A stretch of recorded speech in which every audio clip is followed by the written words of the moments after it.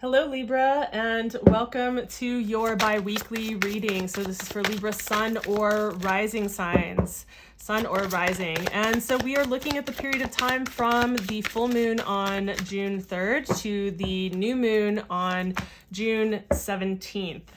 So we're doing a little bit of a different kind of reading this time around. I'm experimenting with a new spread for this particular phase. I think that I'll keep the one that I've been doing for the new to full moon because that's the waxing phase.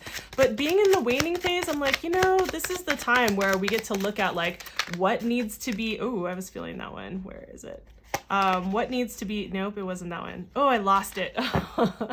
What needs to be kept, what needs to be released, right? And it is a good time for us to look inward at some of maybe our own shadows, our own beliefs, to have that top of mind. So, all right.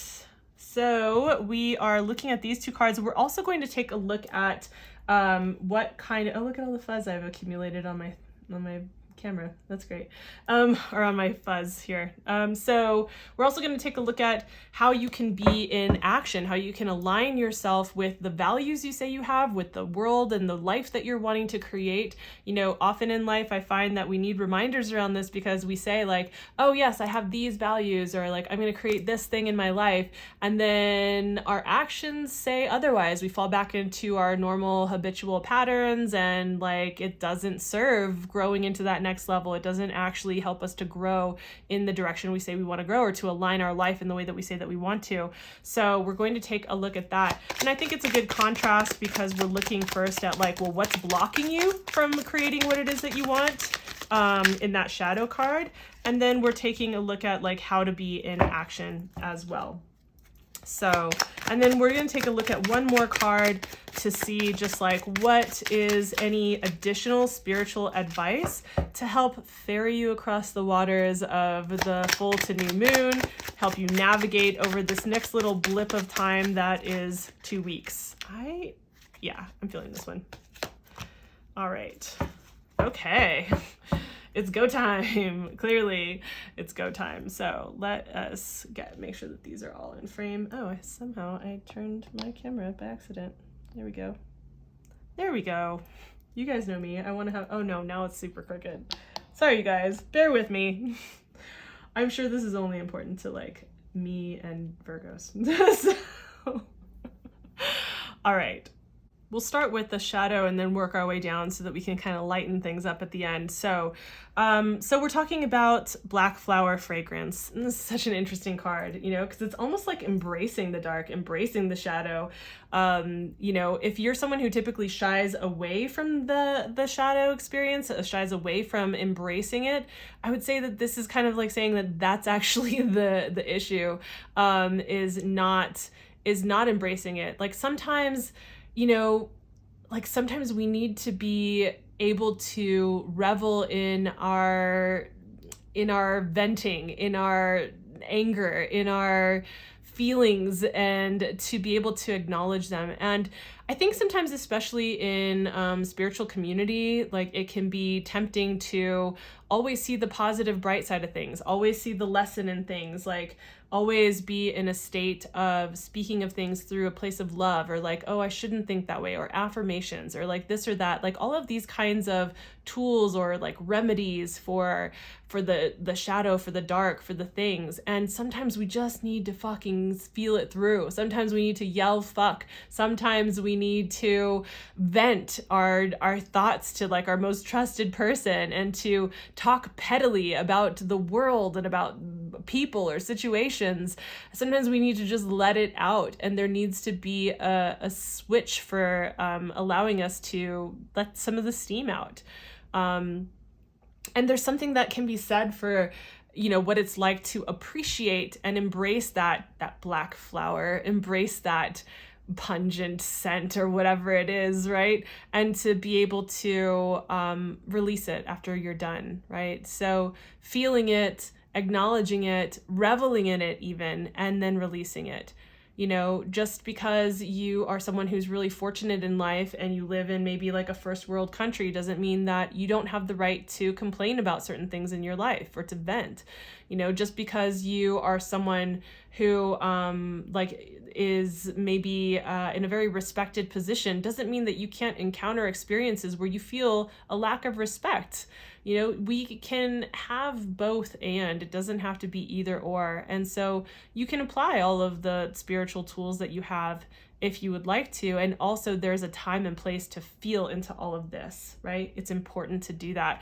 And so if that has been something that you've been avoiding, then I would say that's something to embrace. Now, on the other hand, for those of you who have no problem doing this, and this is all that you do, is revel in your anger and your frustration or your venting, and you take great pleasure in like the talking of shit, right? And you have that ability to do that, and it's not something you shy away from, then I would say that what is necessary for you here is to like, hey, take your face out of smelling these flowers. Like, you have had enough of getting high off the marker smell, like enough. Retract yourself from that and start to apply something else to handle those emotions. It's great that you're comfortable with being able to do that. There's a time and place, just like I said, for that. And also there is a necessary time to say, okay, what other tools do I have in my ability to handle these situations that might feel frustrating or difficult or, you know, disrespectful or whatever it is, right? I was just giving those examples because I was talking about them, right? So like my complaints, how can I deal with them differently? And I like how this card comes in with the Hanged Man to basically say, well, here's how you deal with them differently, as you look at it from a different perspective, which sounds really simplistic because it is, but when it's done with eagerness and like the true desire to really see what can come from examining things from a different perspective, I think that we can get a lot of wisdom and gold from that, right? So I liken this to when we were kids and we'd like hang off the bed and look at the world upside down or the monkey bars or whatever. And it's like how everything looked different when it was flipped on its head. It's like thinking outside the box, right? So, and in order to do this, you need to be in a space of, you know, kind of quietness. You need to find some time where you have like some alone time where you're not like listening to music or listening to a podcast or an audiobook or like doing things, even if these are really great things that you're doing or listening to or whatever it is. Like sometimes we just need to be with ourselves in order to get the clarity that we need. We can't get those downloads from like the cosmic source, whatever you want to call it, whatever you believe in. We can't get those downloads. We can't get those shots of insight, those epiphanies, if we're constantly blocking out the signal to come through. And you know, sometimes in order to get the solutions to what we're feeling and how to deal with it differently, we need to be able to flip things on their head and to look at it from a different perspective, to try something different than what our, you know, MO is, to try something different than what the world's MO is. If that's, you know, if you're typically a do it your own way type person, then maybe it's like not that case. Maybe it's just like you are needing to do it differently from the way that you normally do it. Maybe looking at how the world does it, you know, just like flipping everything on its head and seeing where you can find some of the solutions for yourself.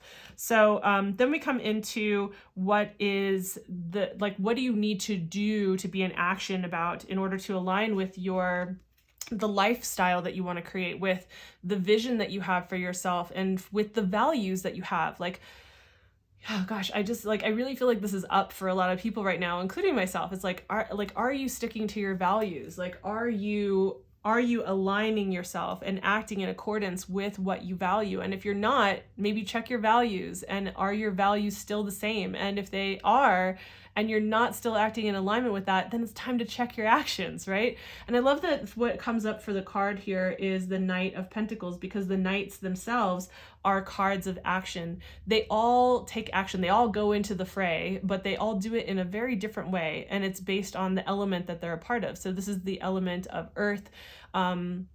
This is about taking action in a way that is like slow and steady wins the race, right? This knight doesn't just rush onto the battlefield. This knight takes time to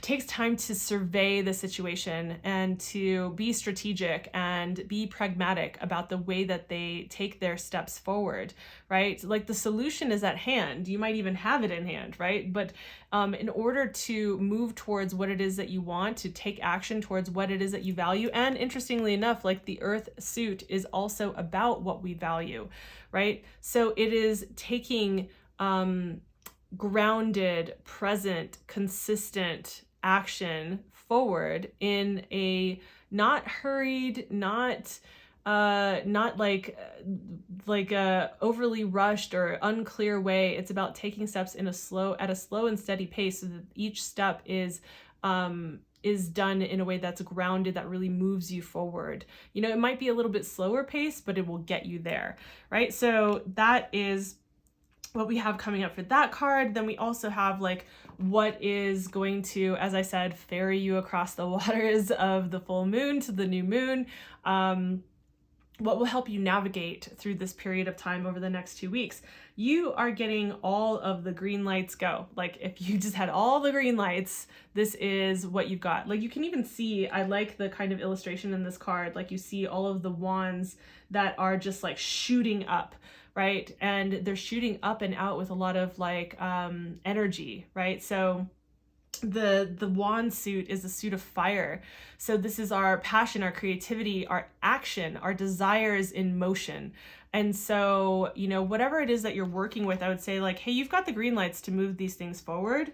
Sorry guys, I've been talking a lot, and so I was coughing and didn't want that to be on camera. So I think you caught maybe the tail end of one of my coughs. So that's the message here, right? So I hope that this has felt insightful or helpful in some way. I always do. So if it has, please consider giving the video a like. It is helpful as I'm building this channel.